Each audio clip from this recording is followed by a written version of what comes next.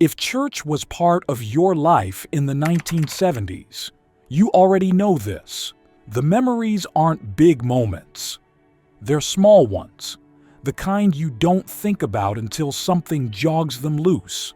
Today, we're counting down 25 everyday church traditions from the 1970s, starting with the ordinary objects people passed from hand to hand, and ending with the tradition that quietly marked the end of the weekend and made Monday feel manageable. We'll take you back in time to the routines you followed as a kid without instructions, the smells you recognized instantly, the habits your body remembered before your mind did, and the quiet systems that made sure help arrived when someone needed it. Stay with me till the end because one of these will definitely hit closer than you expect. Let's get into it. Number 25. The bulletin that felt like a booklet. You're sitting with your knees together, trying to keep the pages from flopping everywhere while someone whispers, "Fold it up, honey," like the paper is sacred. You smooth the crease down your leg, then tuck the corner under your palm to keep it from snapping back. It's thick for a bulletin, more like a little booklet with announcements, hymn numbers, maybe a short devotional, maybe a list of birthdays. The ink rubs faintly on your fingertips. What mattered was everyone had the same map of the week. You weren't guessing what was happening. You were invited into it. These days, the same information often floats through group messages and calendars, which is convenient, but it doesn't land in your hands the same way. Did your bulletin ever have handwritten notes in the margins, or was it strictly business? Number 24. Mimeograph ink and purple fingers.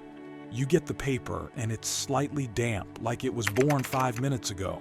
Someone is fanning a stack near the door, and the air smells like sweet chemicals in school classrooms. The page has that purple tint, and if you touch it too confidently, your fingers come away with a faint stain. You watch adults pretending not to notice.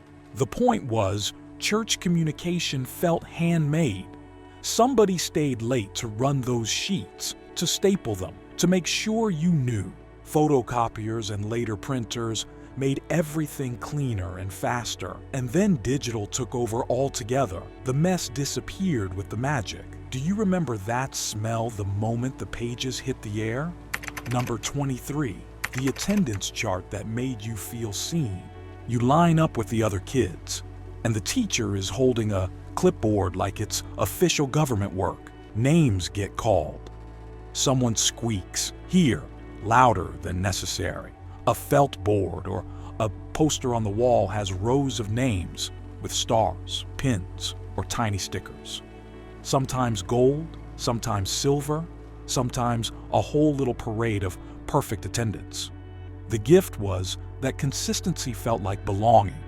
For some kids, that little star was the only place they felt reliably noticed all week. Over time, churches became gentler about counting, and family schedules got more complicated. The focus shifted from never miss to come when you can.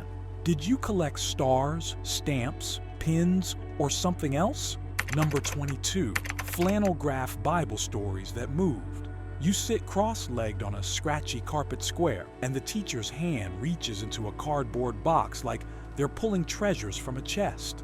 Felt figures slap onto a board, an arc, animals that never quite stick straight, and you hear that soft rasp of felt sliding into place. It helped because stories became visible. You didn't just hear about faith, you watched it assemble, piece by piece. Later, video curriculum and bright screens took over, and the felt board got packed into a closet like an old toy. Which story do you see in felt when you close your eyes? Number 21. Overhead projector transparencies in the youth room. The youth room smells like popcorn and old couches, and the overhead projector fan hums like a small engine. Somebody dims the lights, and suddenly the wall becomes a screen. A transparency sheet slides into place, and the writing is thick and shiny, made with a marker that smells sharp when you uncap it. Someone accidentally smears a word and wipes it with a tissue like it's a crisis. It worked because it felt modern. Teaching was trying to keep up with teenagers' attention, and this was the church's version of new. Eventually, screens got bigger and cleaner, and then projectors met laptops, and transparencies became the kind of thing you find in a dusty box and smile at. Did anyone ever write so big the verse ran right off the edge? Number 20, the sign-up sheet on a clipboard by the door. You're trying to slip past, but the clipboard catches you like a gentle hook. A pin is attached with a chain, and the chain makes that little clink that says, "You're not escaping." It's a simple list: nursery help, potluck setup, lawn, mowing for an older member, rides for youth. You write your name carefully, as if handwriting is a form of character. This meant that volunteering wasn't a side hobby. It was how you proved you belonged. Now, sign-ups often happen online, which is efficient, but it's easier to miss the moment where your eyes meet the need and you say yes. Did your church have a pen on a chain, or was it a loose pen that always went missing? Number 19, the cassette tape table for sermons. You walk past a folding table and see a neat row of cassette cases, each with a typed label and a date. Someone is stacking them like they're precious. The plastic case clicks open in your hands, and you can already imagine the tape hiss you'll hear later. Alone in a bedroom, rewinding to catch a line you missed. What mattered was the message didn't end when the benediction happened. It traveled with people who couldn't be there, or with teenagers who wanted to re-listen in secret. As recordings moved to compact discs and then to digital audio, the pencil in the cassette trick disappeared. So did the physical act of choosing a sermon like you'd choose a book. Did you ever rewind a cassette with a pencil because the player ate the tape? Number 18, the printed church directory that felt like a family album. You flip to the directory and immediately look for yourself. Everyone did, even adults who pretended they didn't. The pages are glossy or laminated with family photos that look like school pictures. Stiff smiles matching outfits, hairstyles that are unmistakably the decade. The point was, belonging became visible. You could name people's faces, and faces become harder to forget.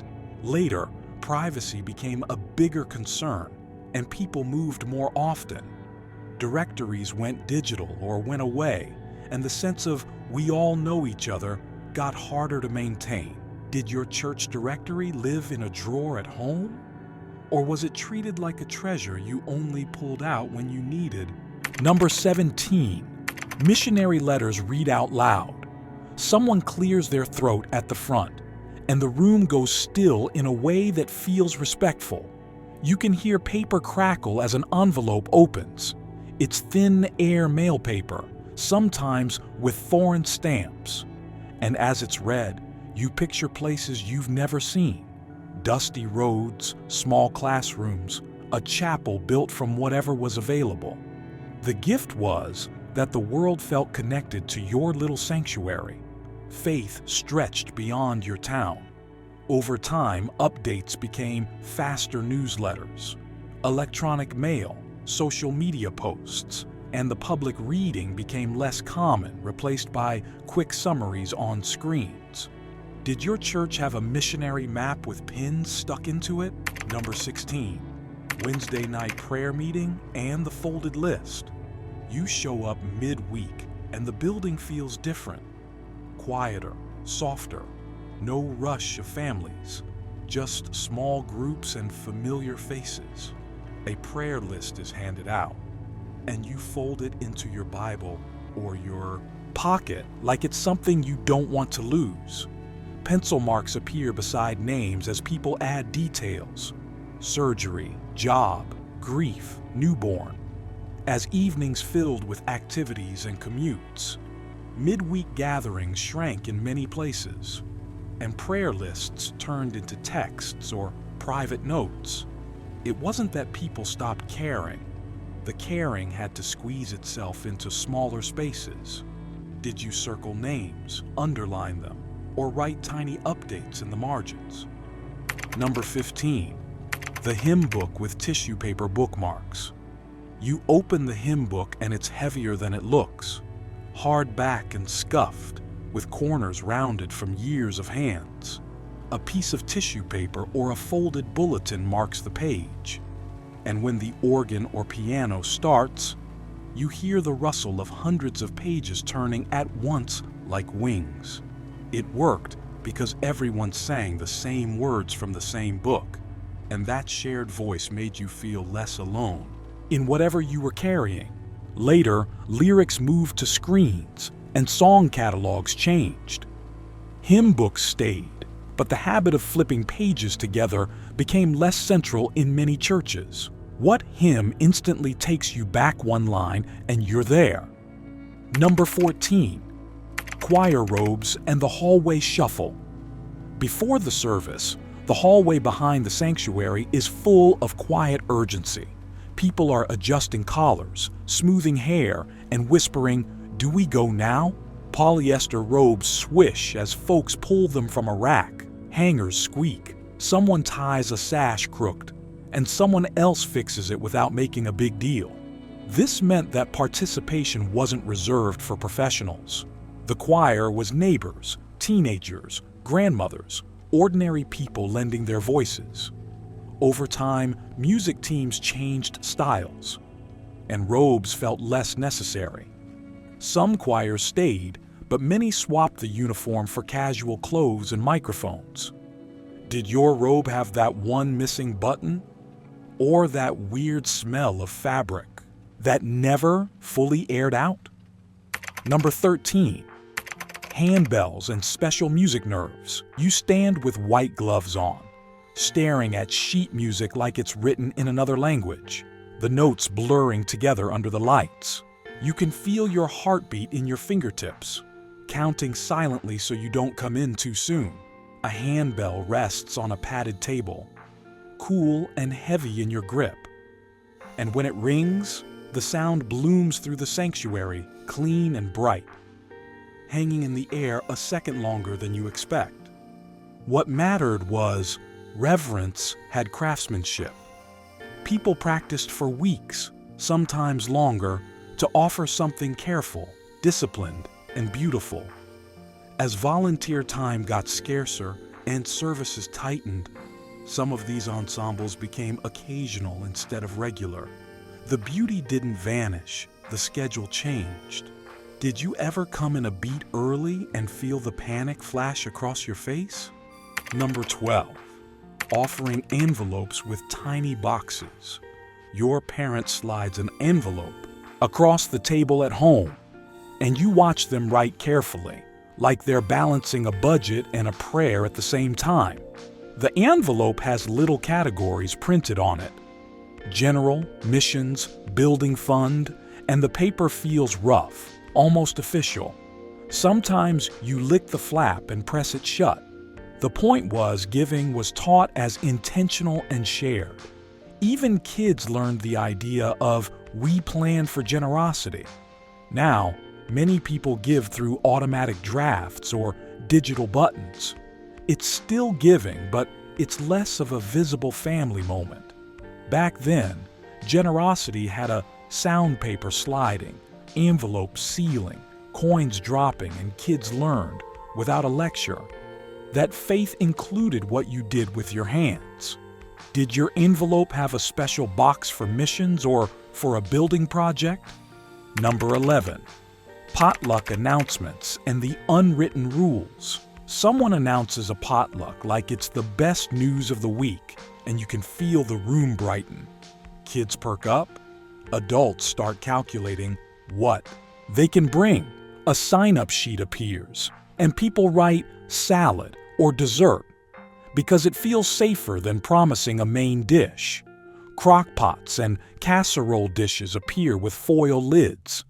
The gift was that food was fellowship you could taste. People who didn't talk much still showed love with a recipe. Later, food policies, allergies, and shorter Sundays changed how often whole churches ate together. The craving for community stayed even when the table got smaller. What dish was legendary at your church? The one everyone hoped would show up. Number 10. Vacation Bible School. Badges and crafts that followed you home. You walk through the door with a paper name tag stuck to your shirt already peeling at one corner. And no matter how carefully someone presses it down, it never quite sits straight. The room smells like glue, construction paper, and something sweet drifting over from the snack table down the hall. Folding chairs scrape the floor. Someone is already laughing too loud. Scissors snip in uneven rhythms. Popsicle sticks clatter into piles. Glitter shows up early and somehow survives all week, clinging to fingers, clothes, and the kitchen table at home long after Vacation Bible School is over. By the end of the morning, you're holding a craft with both hands. A painted cross, a paper lamb, a folded booklet, carrying it like it's fragile and important. It mattered because faith wasn't just spoken. It was built, colored, glued together, and taken home. You didn't only hear the stories. You made something that stayed on a shelf or a bedroom wall, quietly reminding you of what you learned.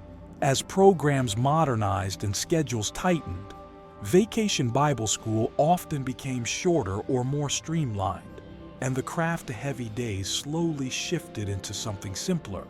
Did you bring home a painted cross, a paper lamb, or a project you can still picture clearly? Number 9. Nursery quiet toys and the snack routine. The nursery smells like disinfectant trying its best against cracker crumbs. A volunteer smiles with tired kindness and calls you sweetheart, like it's your name, kneeling down so they're eye level with you. Plastic toys clack softly as they're dropped and gathered again. Someone stacks paper cups. Goldfish crackers appear, or tiny cookies, or a little cup of juice that feels like a reward for surviving separation and being brave for a while. It worked because parents could worship, and kids learned that church was safe even when they missed home, even when the room felt unfamiliar at first. As allergies, safety policies, and staffing challenges grew, nurseries changed their routines, their snacks, their rules, sometimes their whole feel. Was your nursery snack juice, crackers, both, or something different? Number 8. Chalk dust hands and the teacher who meant it. Sunlight cuts across the classroom, catching chalk dust mid-air like tiny stars drifting slowly down. The teacher turns toward the board and writes with confidence, pressing hard enough that the chalk squeaks before snapping clean in two. Nobody laughs. Another piece is picked up, and the lesson continues without missing a beat. After class, erasers get clapped together outside, sending pale clouds drifting away into the air. The teacher's hands are dusty when they pass back your worksheet, and they take a second to look at you when they do. Like your effort counts for something, like they've noticed you trying. Those rooms felt personal. Lessons came from people who knew your name, your family, and where you sat every week.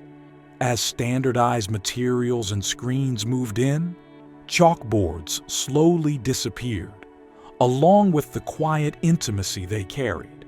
Did your Sunday school room smell like chalk, crayons, old books, or all of it at once? Number 7. The altar call when the music stayed soft. The service reaches a point where the room changes without anyone announcing it. The piano lowers into a gentle pattern, repeating the same few notes. Voices get quieter. You can hear someone sniffle, someone else breathe deeper than usual. You grip the back of the pew in front of you, feeling the varnished wood under your fingers, your palms slightly damp, and you stare at the aisle like it's longer than usual, wider somehow, harder to cross. What mattered was it made space for response private courage in a public room. People were allowed to be tender, unsure, and honest without needing to explain themselves. In many churches, service pacing shifted, traditions differed, and some expressions changed form. The need for a moment to respond didn't disappear. It just found new shapes. Did your church call it the invitation, the altar call, or something else entirely? Number 6, the handshake line that took forever. You step into the aisle after the service and the air changes immediately. Perfume, aftershave, damp winter coats, and that faint, never quite clean church carpet smell all mixed together into something unmistakable. It's warm, crowded, and slow. No one is in a hurry yet. The pastor stands at the front, smiling the same smile they've been using since the first hymn. Their hand is steady from repeating the same motion all morning. Shake, nod, a few words, shake again. Sometimes there's a small bowl of mints on a nearby table, and you take one without asking, slipping it into your mouth like it's part of the ceremony. You make eye contact whether you want to or not. You hear your name spoken out loud. Someone asks about school, about your parents, about how you're feeling. Even if the conversation lasts only a second, it's enough to remind you that disappearing quietly isn't really an option here. Eventually, the line thins. Over the years, exits got quicker, services tightened, comfort with long physical greetings changed, and some churches reshaped how people left the room. But the instinct underneath it never vanished. The instinct to pause long enough to notice one another.